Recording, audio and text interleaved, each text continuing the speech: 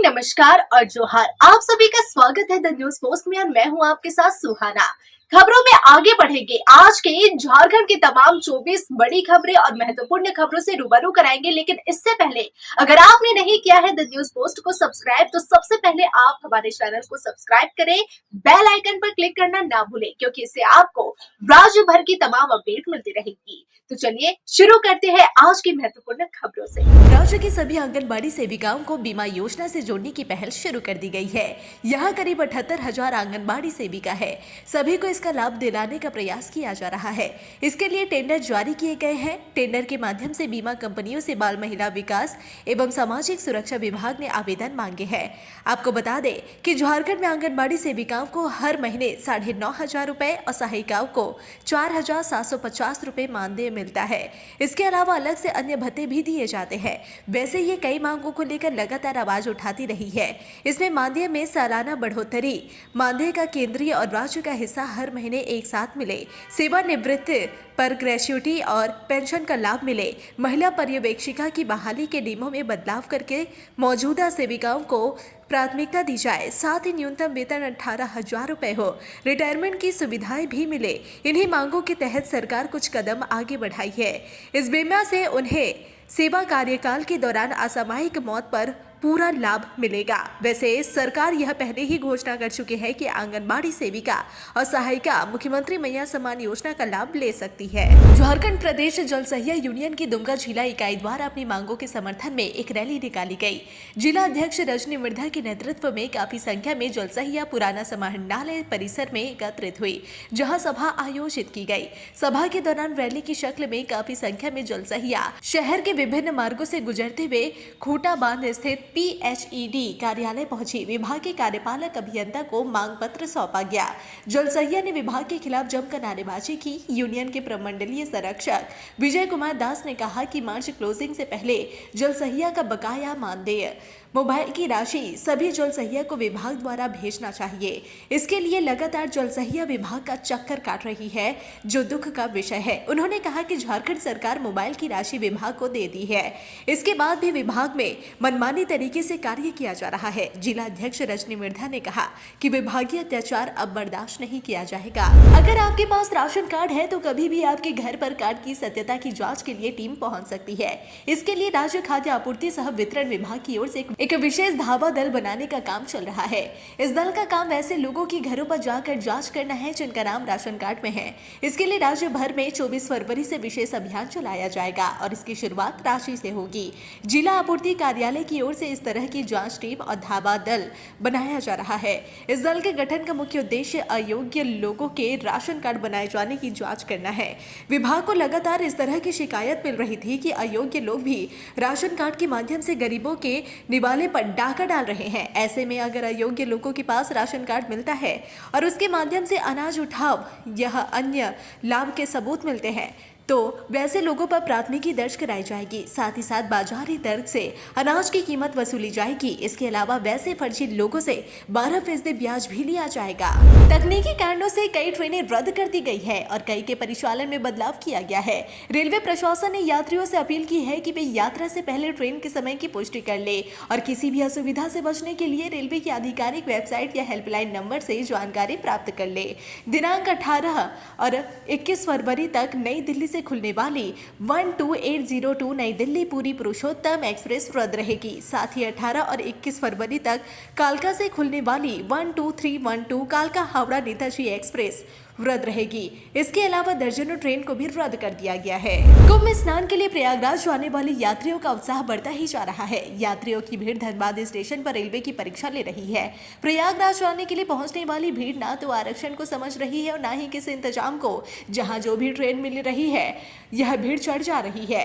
रात 8 बजे जैसे ही धनबाद के प्लेटफॉर्म नंबर 3 पर हावड़ा राजधानी एक्सप्रेस पहुंची, 2 दर्जन से अधिक बेटिकट यात्री राजधानी एक्सप्रेस पर सवार हो गए। सुरक्षा जवानों को जब इसकी भनक लगी तो जवानों को उन्हें ट्रेन से नीचे उतारा गया। जी हां, भीड़ की स्थिति यह थी कि मंगलवार को धनबाद स्टेशन से प्रयागराज या कानपुर के लिए 3 स्पेशल ट्रेन चली। हावड़ा से भी चलकर एक ट्रेन वाया धनबाद प्रयागराज की ओर गई। धनबाद से सुबह 11 बजे पहली, दोपहर 1 बजे दूसरी और रात 11 बजे तीसरी स्पेशल ट्रेन खुली। पहली स्पेशल ट्रेन में अपेक्षाकृत धनबाद से कम यात्री चढ़े थे, लेकिन दिन के 11 बजे और रात 11 वाली ट्रेन में यात्रियों की भीड़ उमड़ी। यहाँ तक कि हावड़ा जाने वाली कोलफील्ड एक्सप्रेस को भी प्रयागराज भेजा गया। धनबाद स्टेशन पर वीआईपी गेट से यात्रियों को बाहर निकाला जा रहा है।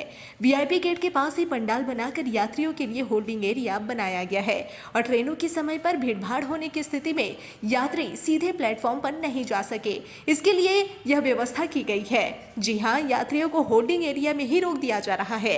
ट्रेन आने पर कतार में यात्रियों को प्लेटफॉर्म पर भेजने का इंतजाम किया गया है, लेकिन कभी कभी यह सब टूट जा रहा है। यह बात भी सच है कि कुंभ मेला स्पेशल ट्रेनों की संख्या की वजह से नियमित ट्रेनों का समय पालन पूरी तरह से चौपट हो गया है। गिरिडीह के खोखरा थाना इलाके के गढ़ती और मार्गी के जंगल में सर्च ऑपरेशन चलाया गया, जिसके बाद पुलिस बल और सीआरपीएफ ने बड़े पैमाने पर विस्फोटक पदार्थ जब्त किया है।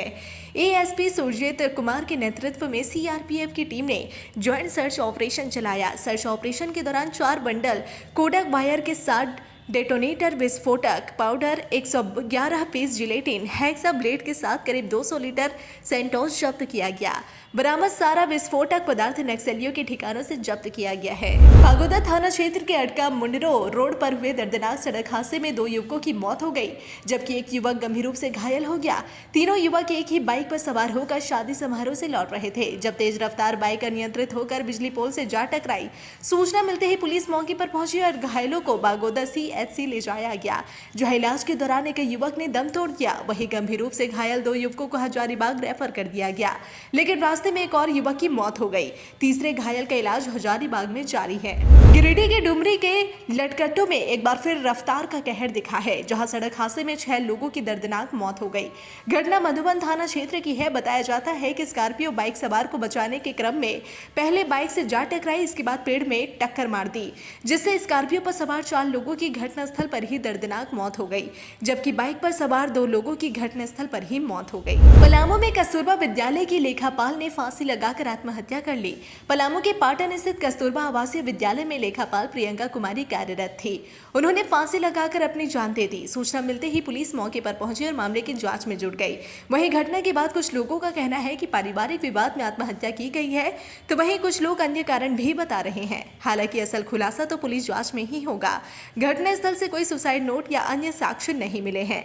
पुलिस पूरे मामले की जांच कर रही है। देवघर में एक महिला का छत विक्षिप्त शव बरामद हुआ है। घटना मधुपुर और जसीडीह स्टेशन के बीच डाउन लाइन स्थित रायडीह रेल फाटक के समीप की है।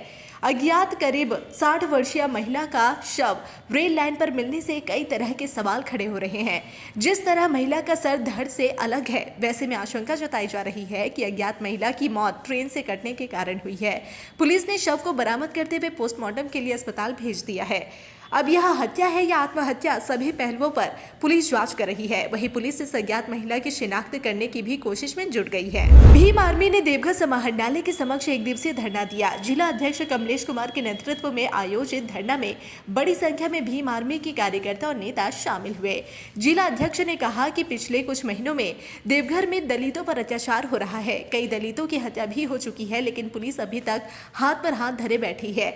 जिला अध्यक्ष ने सरकार से मांग की है कि अगर दलितों पर अत्याचार जल्द बंद नहीं हुआ तो चरणबद्ध आंदोलन किया जाएगा। धरना के माध्यम से प्रशासन ने अत्याचारियों और हत्यारों को जल्द से जल्द गिरफ्तार करने की मांग की है। इस संबंध में सरकार के नाम एक पत्र उपायुक्त को सौंपा गया है। कोयलांचल सहित झारखंड के ट्रांसपोर्ट माफिया पर शिकंजा कसने की सरकार तैयारी कर ली है।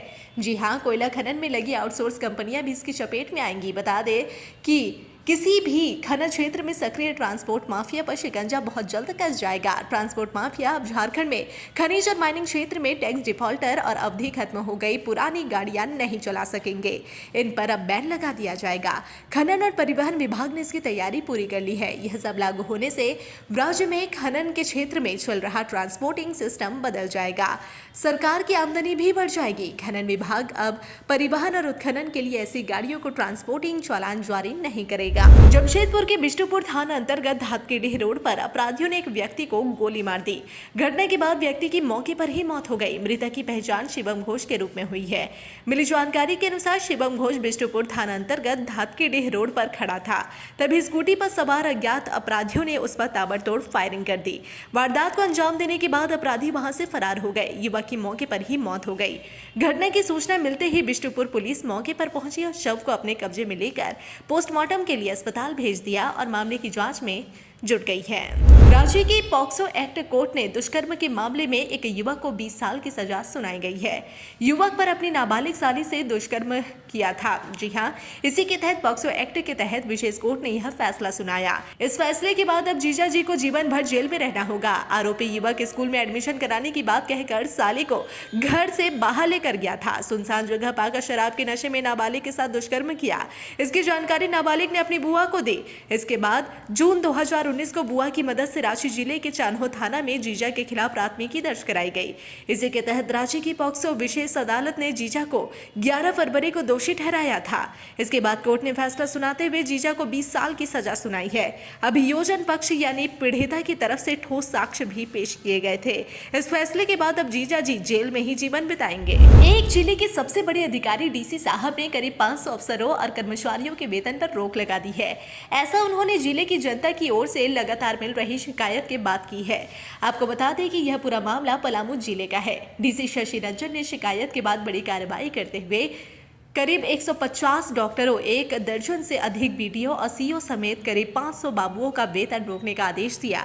डीसी की ओर से यह कार्रवाई कर्मचारियों की ओर से बढ़ती गई अनुशासनहीनता के कारण की गई है। गर्मी की दस्तक के साथ ही धनबाद मेडिकल कॉलेज अस्पताल में एक बड़ी चोरी का खुलासा हुआ है। गर्मी नहीं आती तो यह खुलासा शायद नहीं होता। अब आप पूछ सकते हैं कि गर्मी से चोरी का क्या मतलब, लेकिन सच्चाई यही है कि जब एसी चलाने का प्रयास हुआ तो पता चला कि चोरों ने पाइप और तार काट लिए हैं।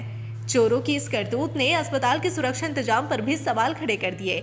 दरअसल धनबाद मेडिकल कॉलेज अस्पताल के पीजी ब्लॉक में 2 दर्जन से अधिक एसी की पाइप और तार काट लिए गए हैं। यहां अधिकांश एसी बंद पड़े हैं।